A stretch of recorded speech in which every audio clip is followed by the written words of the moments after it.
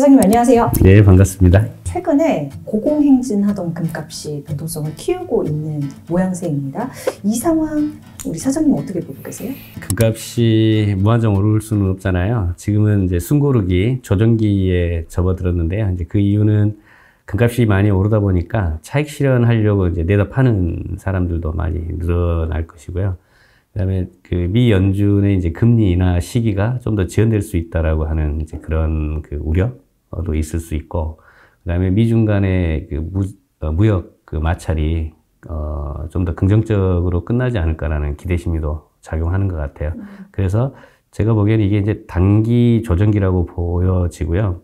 그 해외 전문가들 진단한 그 전문 기사들을 검색을 해보면 그래도 내년까지 그 4,000불대 후반 아니면 5,000불도 넘어설 거라는 전망 기사들이 줄을 이뤘습니다. 네. 그만큼 각국 중앙은행들이 계속 매년 한 4년 연속인가 그 1,000톤 이상의 금을 매입을 했거든요. 그러니까 중앙은행들의 탈달러화를 하기 위한 수단으로 금을 이제 기초자산으로 활용하려다 보니까 금의 가치는 표현대로 급락을 한다라는 일은 없을 것 같고요.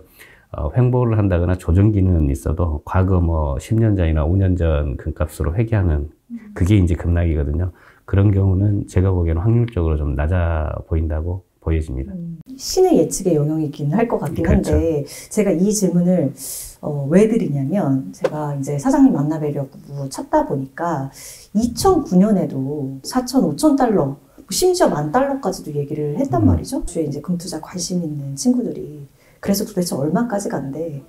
그게 얼마나 실현이 가능한 숫자일까? 이걸 좀 궁금해하더라고요. 저는 이게 시기의 문제지. 그러니까 이제 금 매장량을 미국 지질자원국인가요? 조사한 데이터에 의하면 물론 이제 이 대륙 육지만 그 발견을 했겠지만 55,000톤 정도로 이제 한정되어 있는 자원입니다. 근데 이게 무한자원이 아닌 유한자원을 다른 그 달에 가서 채취한다거나 화성에 가서 채취한다라고 놓고 봐도 그 비용이 지구에서 채취하는 비용보다는 더 들어갈 거거든요. 그래서 금의 가치는 여전히 유지되지 않을까라는 생각도 가져보고요. 그러면 가면 갈수록 그 사용 빈도, 사용처는 더 늘어납니다. AI라든지 고집적 그 IC 칩, 메모리가 필요하기 때문에 모든 반도체에는 또 금을 사용할 수밖에 없는 그런 구조고요. 매년 4,000톤 이상이 소요가 되는데 채굴되는 양은 4,000톤이 안 돼요.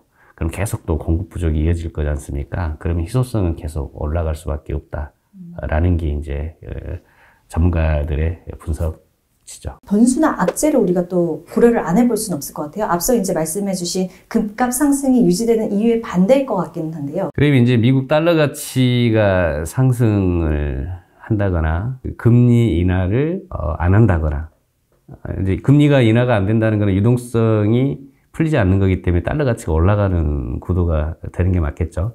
그러면 상대적으로 달러 가치가 올라가고, 그 다음에 지정학적 그 지금 현재 긴장감이 평화모드로 전환이 된다 그러면 금값은 지금보다는 다소 하향 압박을 받고 오랜 그 조정기는 밟을 겁니다. 다만 이제 사용량, 그 다음에 미국이 지금 현재 하고 있는 자국 우선주의 정책이 브릭스 국가들로 하여금 이제 반감을 작용하게 했고, 심지어는 지금은 이제 우방 국가들에게도 어떤 강제성을 띈 압력을 가하고 있잖아요. 그러면 탈달러화를 가려고 하는 그 광범위한 국가들의 이제 중앙은행들의 인식이 스테이블 코인이라고 하는, 그러니까 골드를 기초 자산으로 하는 스테이블 코인화, 디지털 화폐화를 이제 간다 그러면, 이제 각국이 지금 현재 은행들 간 거래를 스위프트라고 하지 않습니까? 그 스위프트는 또 수수료가 많이 발생이 되는 거고, 그러면 이제 디지털 화폐화 한다 그러면 그 수수료가 또 상대적으로 적어지는 거고, 그러면 탈달러화는 머지않아서 이게 가능하지 않을까? 탈달러화가 되면 금이 기초 자산이기 때문에 금의 가치는 지금보다는 더 플러스 알파로 작용할 거다. 또 산업체도 쓰여질 것이다. 매장량은 한정이 되어 있는데 수요는 더 늘어나고 또 채굴량은 수요량보다 더 낮고, 그럼 계속 공급 부족이지 않습니까? 그러면 이제 가치는 계속 올라갈 수밖에 없을 것 같다라는 게 생각이죠. 자산가들은 지금 금 어떻게 바라보고 있어요? 지금 막 내다 팔고 있나요? 아니면 더 비축하려는 그런 움직임들이 좀 보이나요? 우리 한국금거래소 같은 경우는 전국에 있는 한 110군데의 가맹점을 통해서 고금을 매입을 합니다. 네. 고금을 매입한다는 것은 개인들 입장에서 이제 차익 실현 시점이 발생이 됐기 때문에 자기 스스로가 차익 실현이 됐다라고 해서 이제 내다 파는 물량인데, 지금은 금값이 고점에 올랐는데도 불구하고 내다 파는 분들은 사려고 하는 분들에 비해서는 거의 없어요. 예전 같으면 금값이 이렇게 계속 갱신을 하고 고점을 찍어가면 너도 나도 할 거 없이 금을 내다 파시는데, 지금은 오히려 금을 더 구입을 합니다. 일례로 그러면 한국금거래소 매월 그 매출을 집계를 해보니까 8월 같은 경우는 이제 물론 휴가 시즌이 끼어 있기 때문에 매출이 한 3,200억 정도였는데, 9월 같은 경우는 9천억 정도 했어요. 근데 10월 달은 추석 연휴가 한 10일 정도 있었지 않습니까? 추석 연휴가 10일 정도 있는데도 불구하고 전체 매출은 1조 한 3천억 정도. 그 중에 골드에 의한 매출은 1조 2천억, 실버에 의한 매출은 한 1,000억 정도 발생이 되고 있고요. 실버가 지금은 금값도 오르다 보니까 금을 찾는 수요도 많아졌지만 상대적으로 평가가 절하됐다고 생각하는 실버 수요도 급격하게 늘어났다는 게, 9월 달에는 실버 판매량이 한 15톤 정도였다 그러면 10월 달은 아직 끝나지도 않았잖아요. 이번 달이 25톤이 넘어섰어요. 근데 밀려있는 주문 후에 고객들이 이제 받아갈 수 있어야 되는데 생산 캐파가 3배, 4배까지 이제 늘어야 되는 거거든요. 평상시보다. 그 대기 물량마저도 20톤이 넘어섰어요. 이제 이거는 거의 실버가 광풍이에요. 골드를 대체하는 안전자산으로서 우리나라에서 좀 자리 잡아가는 거 아닌가라는 생각을 가져봅니다. 지금 슈퍼가 말씀하셔서요. 이게 같이 차이가 얼마나 되는 거죠? 골드하고 실버의 레시오라고 표현하는데 교환 비율입니다. 네. 이게 가장 많이 벌어졌을 때가 120대 1로도 벌어졌었는데 지금은 아마 한 86대 1 정도 될 겁니다. 근데 실버하고 이 골드하고 교환 비율이 더 가까워지면 가까워질수록, 그러니까 축소가 되면 축소가 될수록, 그러니까 60분의 1 정도만 가도 실버 가치는 지금보다 더 월등히 급상승할 거거든요. 네. 원래는 또 그 간격이 좁았었습니다. 과거에 골드하고 실버의 그 갭 차이가. 그래서 이제 자꾸 벌어졌었는데, 그게 아마 16분의 1 정도가 적정하다라는 그 기사를 본 것 같은데, 그건 확인해 봐야 되겠습니다만, 원래는 16대 1 정도 비율이어야 되는데, 지금 한 80대 1 정도의 비율로 벌어져 있는 상태죠. 골드하고 실버 교환 비율이 80대 1 정도라 그러면, 우리 회사 매출 중에, 예를 들어서 실버 매출은 골드에 비하면 80분의 1 정도 수준이어야 되는 게 맞습니다. 그죠? 근데 10월 달 들어서는 전체 매출이 1조 3천억인데 그 중에 매출 비중에, 그러니까 1,000억이 실버예요. 그러면 13분의 1이 되지 않습니까? 그러니까 실버의 판매량이 급격하게 늘었다라고 볼 수밖에 없는 거죠. 교환 비율로만 놓고 단순 비교를 해봐도. 금 못 사서 투자 타이밍을 계속 엿보시는 분들은 어떻게 투자해야 돼요? 이제 국감 때 김구라 씨가 3, 4년 전에 1억 가치의 금을 샀는데 3, 4년 후가 됐더니 3억 가치가 됐다라는 그 국감 때 이제 이슈를 한번 보셨잖아요. 이 단타로 골드나 실버바에 투자를 하신 분들이 이제 취소를 하려고 생각한다라고 생각을 하시거나, 또 실질적으로 취소를 하시려고 전화가 옵니다.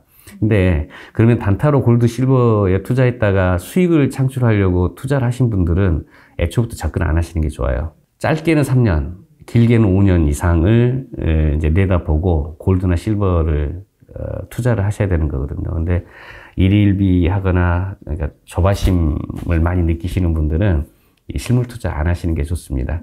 저는 골드나 실버에 투자하시려고 마음 먹으신 분들은 지금 급격한 상승을 보였다가 다소 조정 하락 시기에 이걸 취소해야 되겠다고 이제 생각하시는 분들도 더 많으실 텐데요. 애초에 투자 안 하시는 게 좋아요. 무조건 중장기적인 관점에서 골드, 실버는 투자해야 됩니다. 금보다 은의 그 차익 실현에 대한 규모? 뭐 이런 것이 훨씬 크다라고 하던데 이거 어떤 의미예요? 똑같이 안전자산이라고 저는 생각을 하는데 골드는 꾸준한 안전자산이라고 볼 수 있겠고 실버는 전 세계적으로 사용량이 골드의 한 10배 정도입니다. 근데 지금은 경기가 살아나는 시기는 아니지 않습니까? 이제 각국이 지금 무역 분쟁을 하고 있고 수출도 원활하지 않는 상황인데 실버는 올라있는 상태거든요. 그러면 이제 태양광이라든지 또 전자산업 쪽의 PCB 기판, 인쇄 회로 기판 등의 실버가 대량으로 이제 또 사용되기 시작한다 그러면 지금보다 가치는 그 이상으로 점프할 거거든요. 그러면 골드에서 차익 실현하는 규모보다 실버에서의 차익 실현하는 규모가 2배 이상은 더 높아질 거라는 이야기죠. 근데 또 실버도 4년 연속 수요량 대비 공급량이 부족한 현상을 밟고 있어요. 요즘은 또 그린 에너지 정책이다 뭐다 해가지고 환경을 파괴하는 재련소들의 신규 이렇게 뭔가 인프라를 구축하는 데 있어서 많은 사람들이 이제 반대를 하잖아요. 오히려 이제 재생 자원에 대한 비중을 더 높이는 그런 경향이기 때문에 네.